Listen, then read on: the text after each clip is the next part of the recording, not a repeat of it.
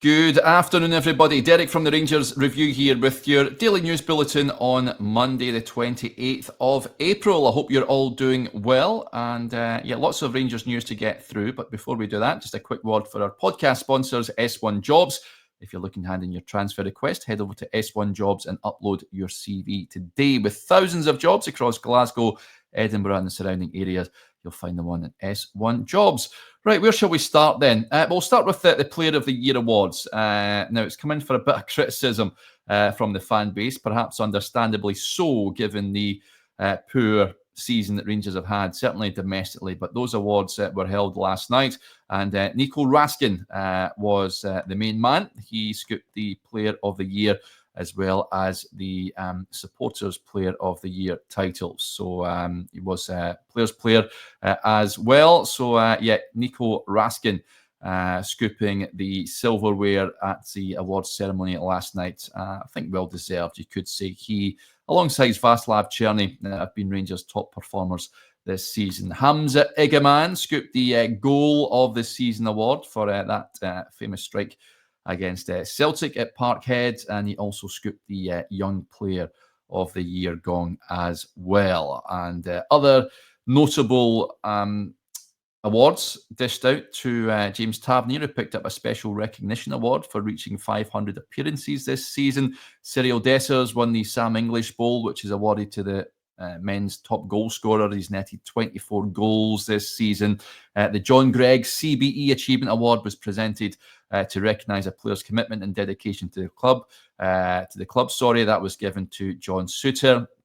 As far as the women are concerned, Katie Wilkinson was named Women's Player of the Year, as well as Women's Top Goal Scorer. Mia McCauley won the Women's Young Player of the Year award, with Chelsea Connet's winner in the 3-2 win over Celtic given the Goal of the Season honour. And well done to the women's team yesterday as well. They thumped Aberdeen in a Scottish Cup semi-final to make it into the showpiece final game.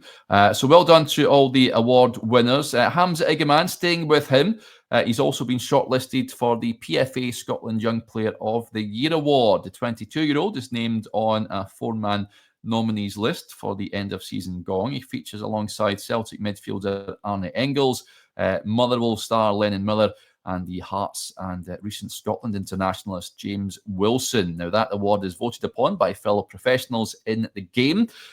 So good luck to Hamza. Hopefully he goes on and wins that award. There is unsurprisingly no Rangers players nominated on the shortlist for the Player of the Year award. That is dominated by Celtic players Callum McGregor, Nicholas Kuhn, Dyson Maeda, and Simon Murray on there of Dundee.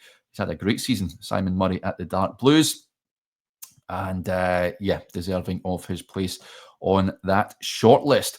Now, let's move on to other Rangers news, and let's move to one player who's out on loan at this moment in time, Ravi Matondo, one of many players not at Rangers, but out cutting his teeth elsewhere. He's been on loan at Hanover in the Bundesliga 2 in Germany.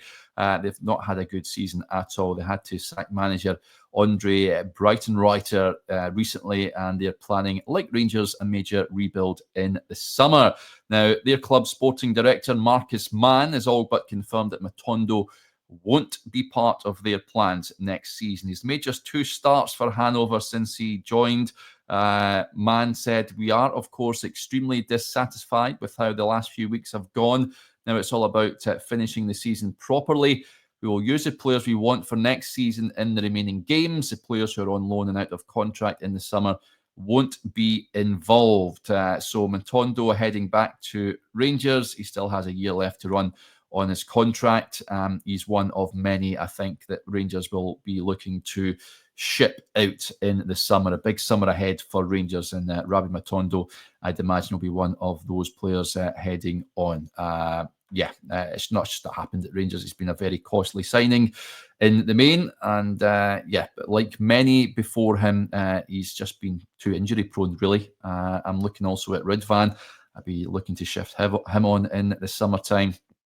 There are one or two others, of course, that he'd be looking to sell to make way for hopefully a better quality of player. Rangers certainly need that next season.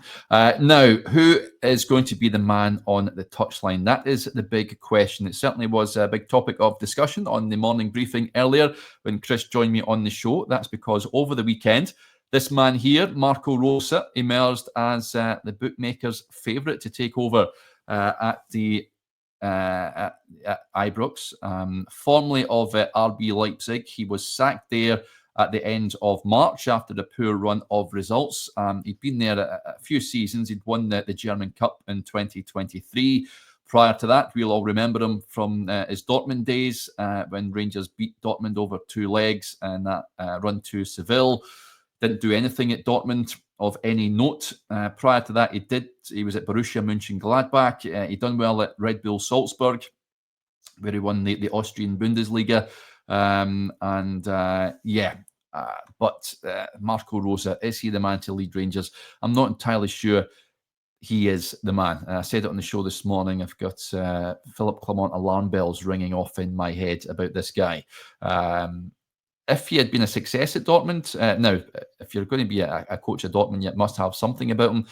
But he achieved a second-place finish in his one season in charge before they parted ways at Leipzig. He got them high up in the division in the main. He'd done reasonably well there to begin with. He was there between 2022 and, of course, 2025, just a few weeks ago when he was dismissed. But, is he the man to lead Rangers now? He does play an attacking style, but... jury's out on that one. I'm intrigued to find out your views on it. Of the managers that have been mentioned so far, of course, Steven Gerrard is a name that won't go away. Jose Mourinho has been mentioned. How realistic that is, I'm not too sure. I've seen Daniel Farke mentioned.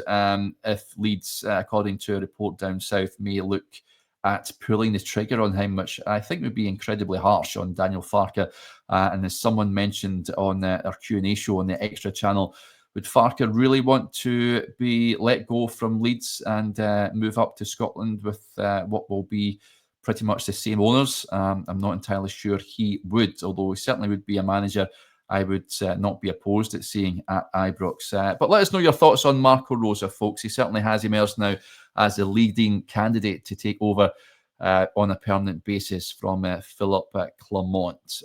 Certainly, it looks like an easy link. I know when he was dismissed from Leipzig initially, his name was doing the rounds. I think pretty easy stuff, given the Red Bull influence in the 49ers enterprises. Not too sure. Come back to me on that one is what I would say with regards to Marco Rose. But that's just some of the news doing the rounds today, folks. And just a heads up, tomorrow I will be on with Johnny, 9:30. So we hope you can join us for that. Until then, enjoy the rest of your Monday. Bye for now.